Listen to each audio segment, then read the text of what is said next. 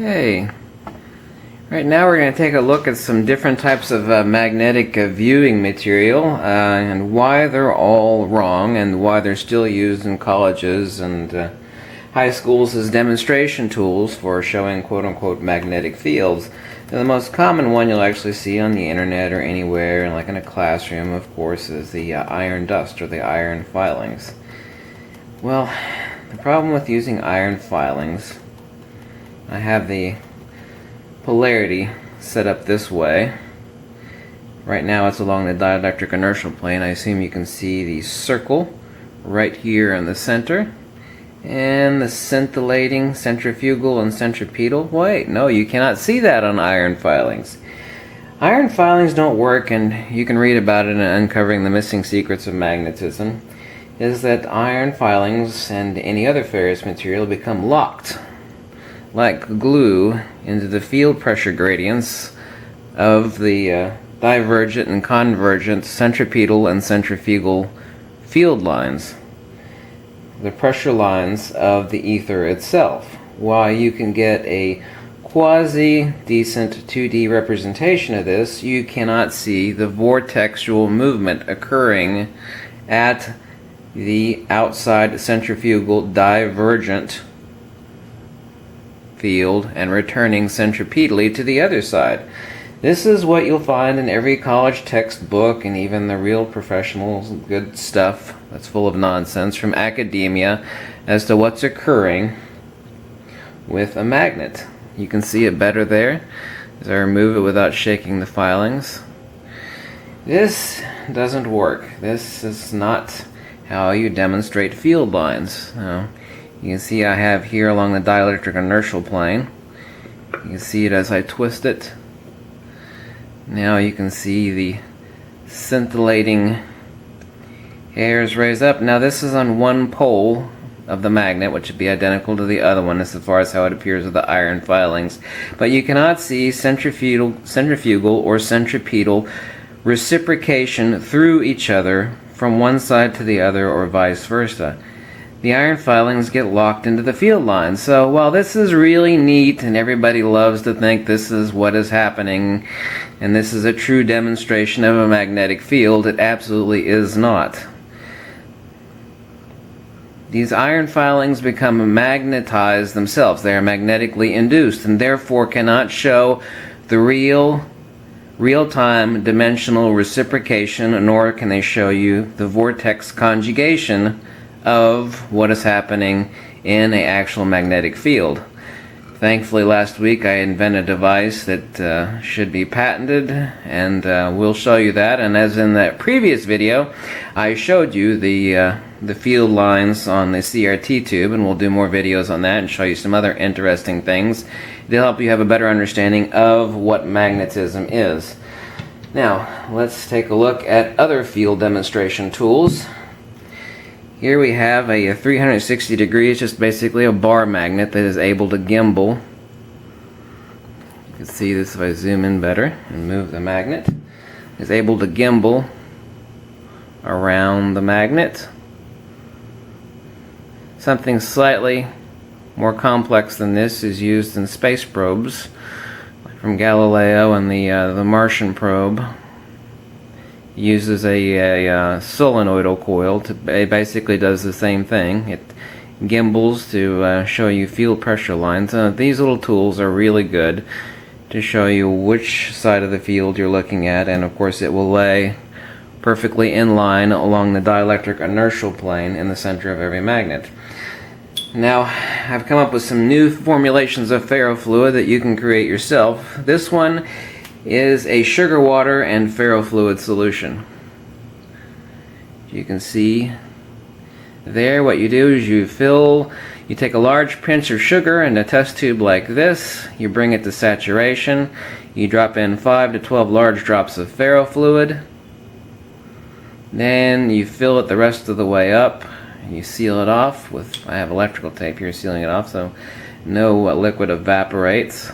So this is a sugar water suspension of ferrofluid. You can buy 2 ounces of it for $20, since you only need, for each demonstration tool, 5 to 12 drops 2 ounces will go a long way and last for years. You can make each one of these for basically $1 a piece, including the cost of the test tube. You can use plastic tubes if you want, it doesn't matter. Now here's another one that's degraded slightly. You'll never see this one anywhere on the internet. This is actually the best ferrofluid demonstration tool. Although this one has a spot because I'm using extremely old ferrofluid, and this is in a isopropyl alcohol solution, either 70% or 90%. You can see how the ferrofluid forms very thin hair-like spikes, and actually if you stroke the vial this way and bring it down, you can actually see, it'd be really hard to demonstrate here in the video, but if you bring all the ferrofluid to the top and quickly stroke the magnet down to perturb the ferrofluid, it will come down in a vortex. You can actually see vortex movement with this in real time, although it occurs very quickly. Now this is just 70% isopropyl alcohol, 30% water, 90% will work as well. It's just standard rubbing alcohol, which costs nothing at any drugstore. Drop in 3 to 5 drops of ferrofluid. Here's another one. I have a tiny ball magnet suspended in mineral oil. And you have to ask yourself, why does the magnet always come to the center, i.e. the centripetal point of the other magnet? A steel ball will always go to the rim. That will be a point for another video. So if I have 2 identical balls, say they're both ferrous material instead of neodymium iron boron, you can magnetize standard iron, obviously, long before neodymium or quote-unquote supermagnets came along. Why, I'll save this for another video, why does another magnet always come to the dead center of another magnet, instead of a steel ball always going to the outside periphery where the maximum centrifugal velocity is? So why does another magnet always go to the centripetal center point instead of the centrifugal divergent field like a steel ball will? In other words, another magnet, that has to do with what a magnet is. It's an electrified dielectric object. Doesn't matter if it's this large magnet or super huge magnet like I have in the other room, that gigantic beast that's dangerous, or this tiny bead magnet. Why do 2 magnets, as we so deem them, always seek each other at dead center when the maximum velocity of any magnet is as at the divergent centrifugal rim of every magnet? Can you think about that just for a second? A steel ball will always go to the rim. Doesn't matter if it's square or round. Doesn't matter the dimensions of the magnet. It will always go to the max velocity of the centrifugal. That's because it is magnetically induced. We'll talk about that in another video. But another magnet will always go to the center, the centripetal, the convergent, returning, reciprocating field from the other side. The centripetal is always the field coming from the centrifugal of the other side, comes around and returns to the centripetal of this side, and vice versa. Each side of every quote-unquote magnet has 2 emanational vortexes, as I've proven time and again. Analogy after analogy, demonstration after demonstration, including the other videos on CRT proof showing centrifugal and centripetal at the divergent and convergent points of every face of every magnet. Centrifugal here, centripetal here. They were always moving. If the centrifugal is moving clockwise, the centripetal is moving counterclockwise. If the centrifugal is moving counterclockwise, then the centripetal is moving clockwise. Okay? Now let's take another look at what they call magnetic viewing film. Well, magnetic viewing film isn't magnetic viewing film. What it is velocity film. Let's zoom out here a little bit better. Just change the lighting so you can see it better. Now you can see I have one quote-unquote pole here. You can actually see it as I bring it close. You can see along the edge here, as I was telling you about maximum velocity of any magnet is right along the periphery. Well, if this were a better film and I hadn't destroyed it so much, and able to zoom in a little bit better, and this magnet were slightly more powerful, you can see a tiny bright spot right in the center of this magnet. You can see the bright spot along the centrifugal edge here. But if this were a larger magnet, and I'll show it to you in another video, you'll see a tiny little bright spot right in the dead center as well. Now this is not really magnetic viewing film. There are tiny nanoparticles suspended in this plastic of ferrous material, but what this does is show magnetic velocity. You can call it a field finding or magnetic viewing film if you want, but what it does, and all it does, is show field velocity as it is reciprocating. Max velocity shows as white, minimum velocity shows as black, and you can almost see it right here in the center. There's a tiny little bright white spot right in the center. You probably cannot see it on this video, but it is there. You can try it yourself. If you don't believe me, I'll show it to you in another video on a really powerful magnet. And if we turn it here, where we have our dielectric inertial plane, we have either pole here. You can see the bifurcation right there. You can see either lobe of either magnet here and here. You see that? That's the dielectric inertial plane. This is what comprises most of a quote-unquote magnet. If you want to call it a flywheel, that's fine. It's a decent analogy. What is occurring in electrification of a magnet is this flywheel, or dielectric inertia, this radial, centripetal, counterspatial, inertial plane in every magnet is created from electrification, from charged capacitor banks. This flywheel is perpetually spinning up in any magnet. Of course, you can destroy a magnet from extreme heat or extreme shock by breaking it up, obviously. So you can destroy that perfect magnetodielectric geometry of the inner atomic that is created in the creation of a magnet through heat and other means of destroying a magnet. But you can see the dielectric inertial plane right here. To have a crude analogy to understand it better, that would be this flywheel of this magnet, at which the magnetism is reciprocating along the expanding spatial z-axis, centrifugally, returning centripetally from either side and vice versa. So, those are the various types of magnetic viewing devices. Here's the other one I was showing you in the other videos, this pin art toy, where you're able to see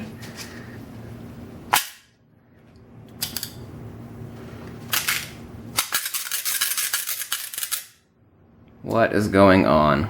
Give you an analogy of dielectric spin-up.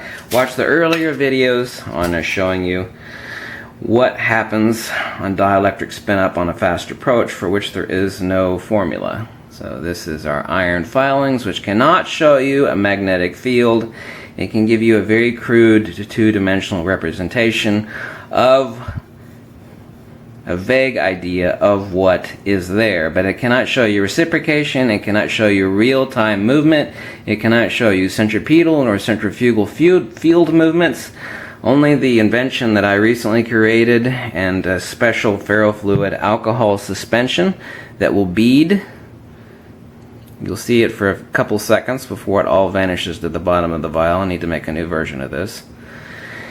And our magnetic viewing film, which only shows you velocity. This would be either side. You can see max velocity is along the edge right there, and here we have our dielectric inertial plane. Looks as like two lobes either side of the field. This is field incommensurability. Either side, and here's our dielectric inertial plane right here. Okay. Here's another crude analogy using moire patterns. You see that we have a clockwise here and a counterclockwise here. This would be to, as you understand it crudely, although it is incorrect accurately in referring to the magnetodielectric attraction, the dielectricity is what is bringing these together in quote-unquote attraction. I'll explain that later, and it's explained in the book. What is occurring in quote-unquote attraction and repulsion is not magnetic attraction or magnetic repulsion, is dielectric voidance or dielectric countervoidance. So these being clockwise and counterclockwise coming together, this would be what you would see as two magnets with quote-unquote opposite poles are coming together. Now, let's make them both the same. This is what you would understand it from your incorrect analogy as you were taught in school and college as repulsion, quote-unquote. See, both of these are clockwise. It doesn't matter. Both of these are counterclockwise. You see? Look. This is counteravoidance. This would be like pressing two magnets with like poles together. You notice you get a springy compression. You see that? A very, very good demonstration tool just using transparency Moiré patterns. These are in the book, Uncovering the Missing Secrets of Magnetism. You can print these out yourself using a transparency printing material on your laser printer. So you see that? These are two light, and let's flip them around. These are both going counterclockwise. Now let's flip them both going clockwise. Same thing, just clockwise instead of counterclockwise. See? You see this polarization? This is what you would refer to as magnetic repulsion, although that's not what's going on. What is being repulsed is opposite spin dielectricity not coming together. This has to do with space, it has to do with dielectric inertia. It is really simple, but it is not simplex. I cannot explain it to you here in the video in a couple of minutes. You'll have to read the book, download it, Uncovering the Missing Secrets of Magnetism. Now let's take a look at quote-unquote attraction as you understand it. This is dielectric avoidance. Remember, in each magnet there are 3.236 parts of dielectricity, if you can call it a part since it's an electrical component, to one part of magnetism. This is what you understand as magnetic attraction. These are two opposite poles coming together very quickly. They kind of, as you'll notice with any bead magnets, if you freely suspend them, they'll wobble a little bit like this, and then they'll come together, they'll settle into perfection.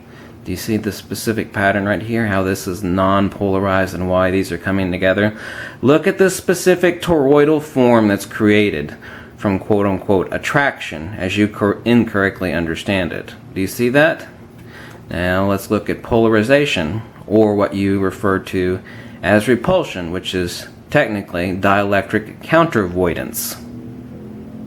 Because dielectricity is always seeking to move counterspatially and taking two like polarities of a quote-unquote magnet and bringing them together, or trying to bring them together because you can't. This is what you're getting in the field patterns. You're getting polarization compression. That is why the quote-unquote magnets are repulsing each other. So we have attraction here. You see that? As they're coming together, you can even see as they come together, they create a specific dielectric plane, which is nearly impossible to show you here in 2D, but you can see it right in the center point here. They quickly snap together for dielectric counteravoidance, which you call attraction. Repulsion, attraction. But what is being repulsed and what is being attracted is not the magnetism. That's what you're going to be taught in school and college, and you're going to be saying to me against this video, what? You're so full of it, that's just nonsense. Well, no, it's not. I have every proof for it in the world. It's extremely logical, it's sensible, it's rational. It explains all observed phenomena, and since most people don't know how a magnet is created, and basically nobody knows how magnetism works, then I can assure you what you think you understand about magnetism, much less how they're actually created, is nonsense. Most people don't even know how a magnet is created. Let's not even talk about anybody even knowing what magnetism is or how it works. You see that? Anyway, that was a look at some of our field viewing materials. Iron dust, which cannot show you anything. Ferrofluid, makes up your own. Remember, a pinch of sugar, bring it to saturation, drop in 5 to 12 drops of ferrofluid. Get a 2-ounce bottle for about $20 on eBay. You can see a magnetic vortex by using isopropyl alcohol and about 5 to 12 drops of ferrofluid. 90% isopropyl works better. This is kind of a bad looking example. I need to make a new one.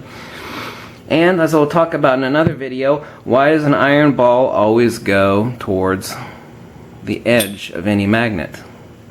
And why does a magnet, as this little ball magnet, goes towards the center, the centripetal point of any magnet?